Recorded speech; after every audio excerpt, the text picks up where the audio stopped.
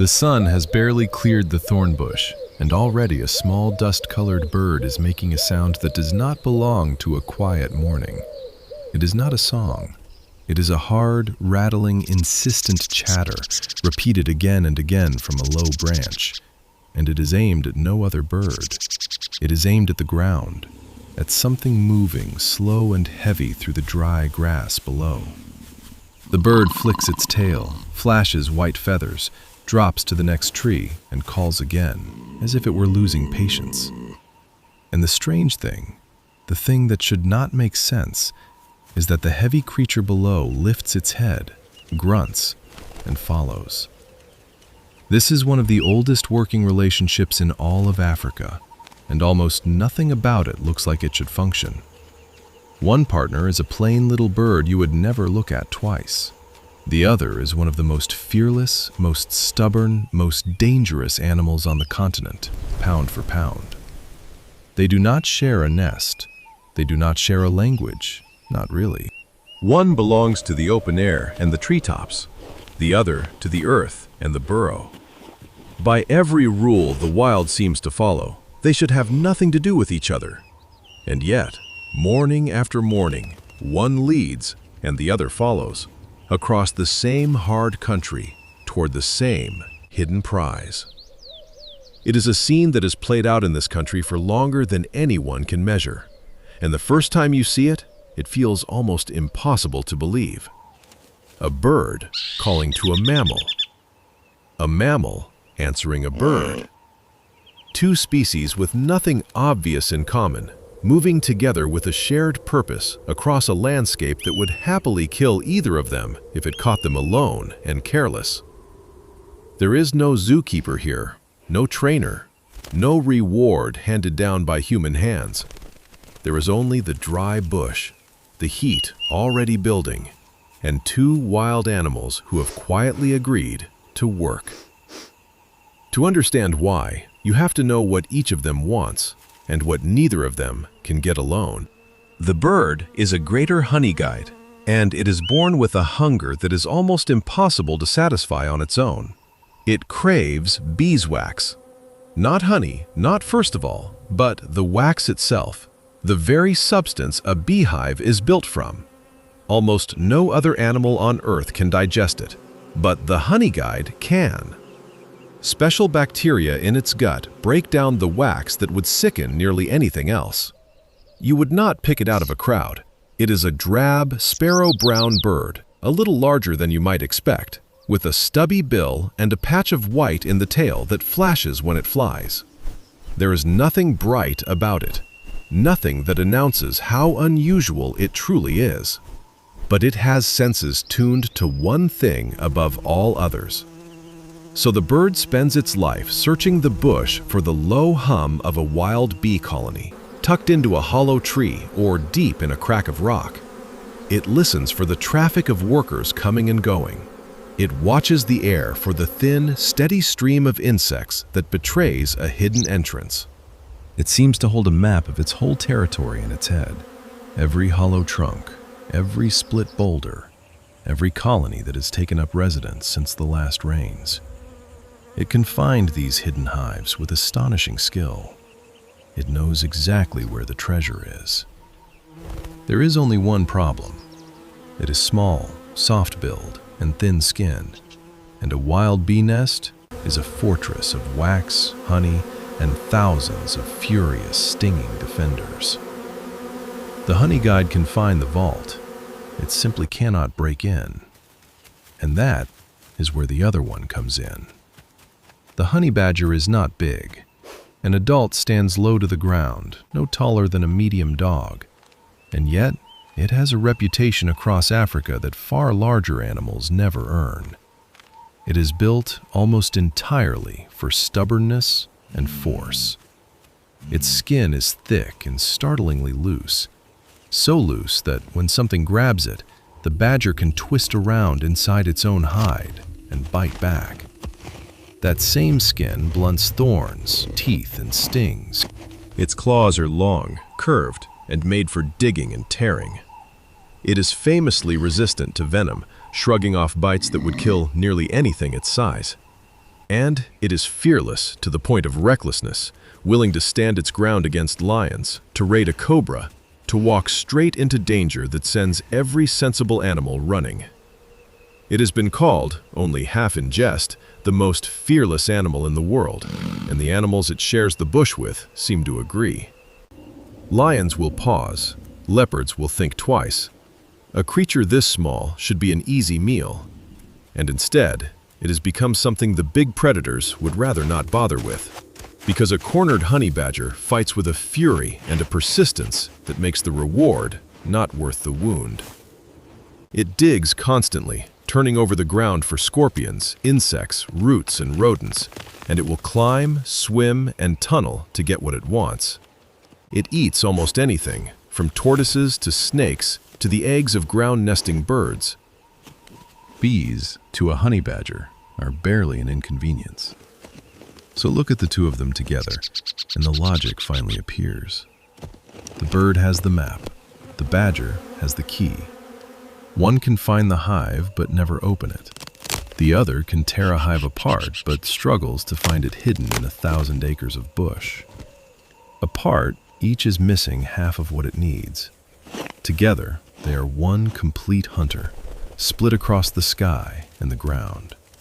It is a kind of arithmetic the wild works out again and again, in different bodies and different corners of the world, but rarely as cleanly as this. Two half solutions, each useless on its own, fitted together into something that works. The bird gives up nothing it needs by leading, and the badger gives up nothing it needs by following. What each of them cannot do is exactly what the other does best, and out of that gap between them, a partnership is born. The guiding itself is a remarkable thing to watch. When the Honeyguide finds a colony and spots a possible partner, it does not simply fly off and hope to be followed. It performs. It comes close, chattering that hard, unmistakable call, and then it flies a short distance in the direction of the hive and waits, perched in the open where it can be seen.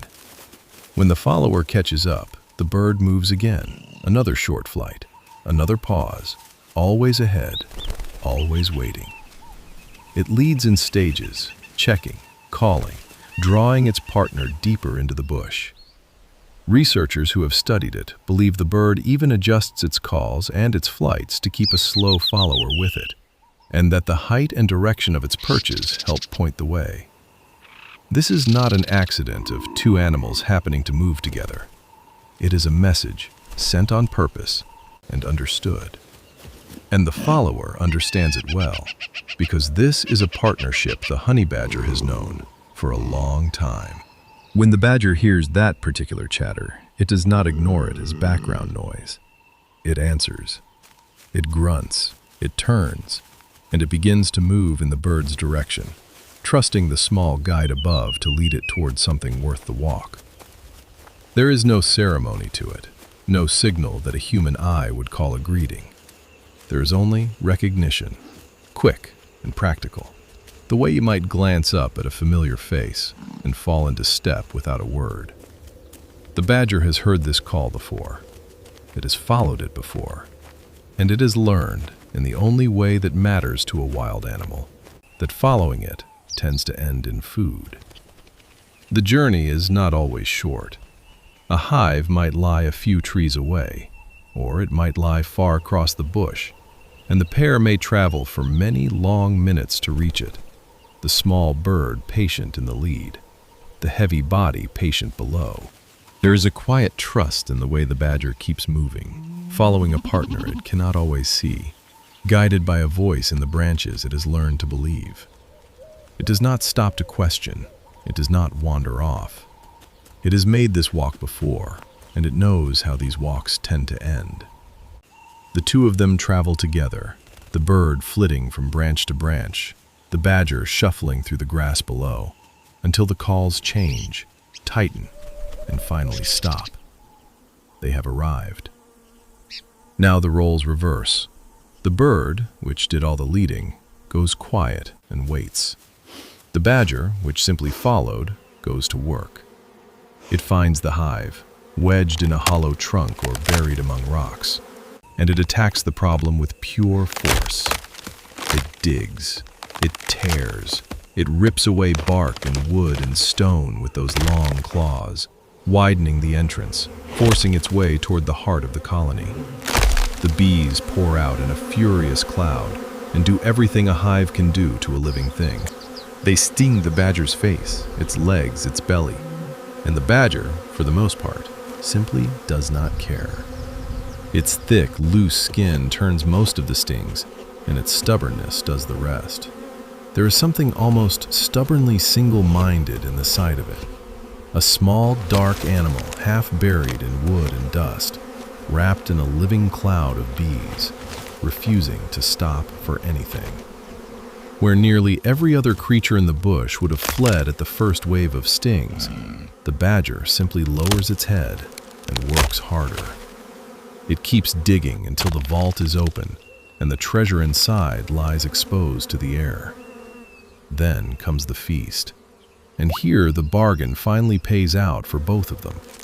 The badger wants the honey and the fat, protein-rich bee larvae packed into the comb, and it eats its fill, pulling the hive apart with its claws.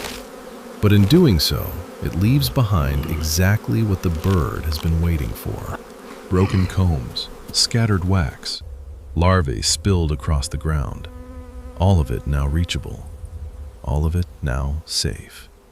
The fortress that held out against a small bird for so long has been reduced in a few violent minutes to an open ruin.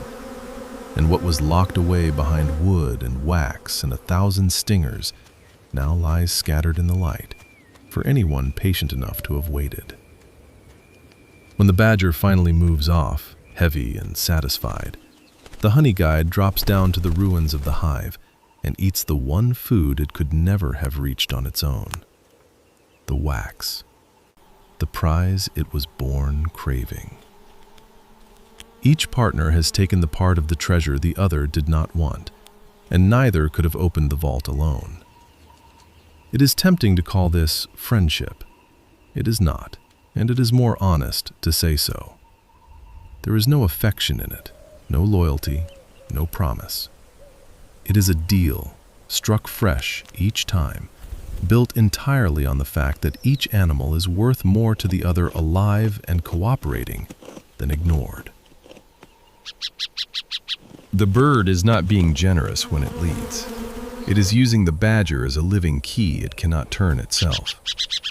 The badger is not being kind when it follows. It is using the bird as a map it could never draw. On a hard day, if the food is thin, neither will hesitate to look after itself first. It is a partnership of pure convenience, and that is precisely why it lasts. It asks nothing of either side except that the trade keeps paying, and the Honeyguide does not save all its guiding for the badger. In many parts of Africa, it strikes the very same bargain with people. For thousands of years, human honey hunters have followed this little bird to wild hives, and in some places, they still do. The hunters have their own calls, a special whistle or shout that tells the Honeyguide they are ready, and the bird answers and leads them, tree by tree, exactly as it leads a badger. In some communities, this knowledge is precious and carefully kept, passed from parent to child along with the special sounds that call the bird in. The hunters learn to read the Honeyguide's flights and calls just as the badger does, following it patiently from tree to tree until it circles a particular trunk and falls quiet, telling them the hive is near. The people bring what the badger brings, the ability to open the hive, often with smoke and tools, and they leave the wax and the grubs behind for the bird. In these places, the success rate climbs dramatically. A human, guided by a Honeyguide, finds far more nests than one searching alone, and the bird eats far better for having led them. What is most remarkable is that the understanding runs in both directions. The people have sounds that mean, "We are ready, come and lead us," and the bird has behavior that means, "Follow me, it is this way." Two completely different kinds of mind, A human and a small wild bird have found a narrow band of meaning they can share, built entirely around a single shared goal. Neither speaks the other's language, and yet, for the length of one honey hunt, they understand each other perfectly. It is one of the only known partnerships in which a wild animal, on its own initiative, communicates with humans to hunt together. And it was old, long before anyone wrote it down. But the guide's life holds a darker secret, one that has nothing to do with honey. The Greater Honeyguide is a brood parasite. It never raises its own young. Instead, the female slips into the nest of another bird, often a bee-eater or a barbet nesting deep in a tunnel, and lays her egg among theirs. When the honeyguide chick hatches, it hatches early and armed. It carries sharp hooks on the tips of its bill, and it uses them to kill the host's own chicks, one by one, so that all the food its unwitting foster parents bring will go to it alone. The same species that offers such an elegant partnership to badgers and to humans begins its life by destroying another family from the inside. The wild does not sort its creatures into the good and the wicked. It only asks what works. And for the honeyguide, both of these things work. The bird that betrays one family in the nest is the same bird that keeps another partnership alive across the open bush. And the wild sees no contradiction in that at all. A creature can be a parasite and a guide in the same short life, and be perfectly, ruthlessly successful as both. The honey badger, too, lives a life of constant risk, that the honey hunt is only one small part of. Its fearlessness is not a trick or a bluff. It genuinely will stand against animals many times its size, driving off jackals, facing down leopards, refusing to yield ground it has decided is its own. It raids the burrows of snakes and eats them, venom and all. And there are accounts of a badger bitten by a cobra collapsing, only to wake hours later and finish the very meal that nearly killed it. That same reckless courage is what makes it such a perfect partner at the hive. An animal that fears bees would never tear into a colony. The honey badger simply does not have that fear, and so the honey guide's map always leads to a key that is willing to turn. All of this plays out across a landscape that gives nothing away for free.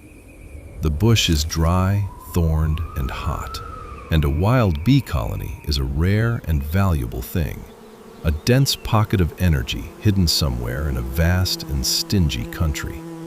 Finding one is hard. Opening one is dangerous. Doing both alone is nearly impossible for either partner. And so two creatures that share no blood, no home, and no real loyalty have arrived over countless generations at the same quiet solution. Split the task. One finds, the other opens. One takes the honey, the other takes the wax. Between them, they solve a problem that neither could solve alone, and they do it without a single word, without a plan, without ever once agreeing to anything. It simply works. And because it works, it happens again the next morning, and the morning after that. Nothing here is taught with words, and nothing is written down. A young honey guide is not shown how to lead. The drive and the skill are woven into it, refined by every generation that ate because it guided well. A honey badger is not taught to answer the call. It learns, in the hard school of its own hungry life, that a certain chatter in the trees means food worth walking toward. Seasons turn, and the bush changes with them. In the dry months, when other food grows scarce and every colony is a concentrated fortune, the partnership matters most, and the rattling call carries further across the thinning grass. New badgers are born and grow into the walk. New honey guides fledge and feel the old pull to lead. The particular animals change from year to year, but the arrangement does not. The knowledge is carried not in lessons but in living, passed down through instinct and habit, and the simple fact that the animals who cooperated survived to pass it on. In the end, the bush teaches the same lesson it always does, in a new and unlikely voice. Survival here does not belong only to the strong, or the fast, or the fearless. Sometimes it belongs to the one clever enough to find a partner who can do the one thing it cannot. A little bird that can find a fortune but never open it. A stubborn beast that can break any door but never find the right one. There is a strange kind of wisdom hidden in it, older than any of the animals that carry it. It says that difference is not always a wall between two creatures. Sometimes it is the very thing that binds them. The bird needs precisely what it lacks in the badger, and the badger needs precisely what it lacks in the bird. And so, the distance between them becomes a reason to travel together rather than apart. Apart, each is locked out of the treasure. Together, morning after morning, guided by a rattling call across the dry African bush, they open it again. And somewhere out there, right now, under the same hard sun, a small brown bird is calling from a low branch, and something heavy and stubborn is lifting its head to listen.